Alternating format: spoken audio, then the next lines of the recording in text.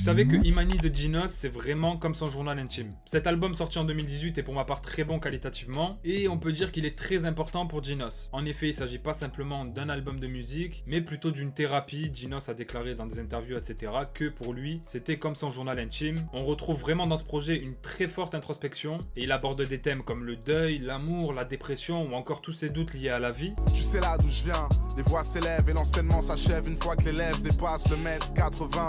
Comme beaucoup d'artistes, Dinos a déclaré que la musique était comme un exutoire pour lui, mais là où certains ont parfois une forme de pudeur quand il s'agit de dévoiler des sons au grand public, Dinos n'a pas hésité à être vraiment vrai et très sincère. À vrai dire, j'ai eu du mal à démarrer ce matin sans ton message dans lequel je me souhaite une bonne journée.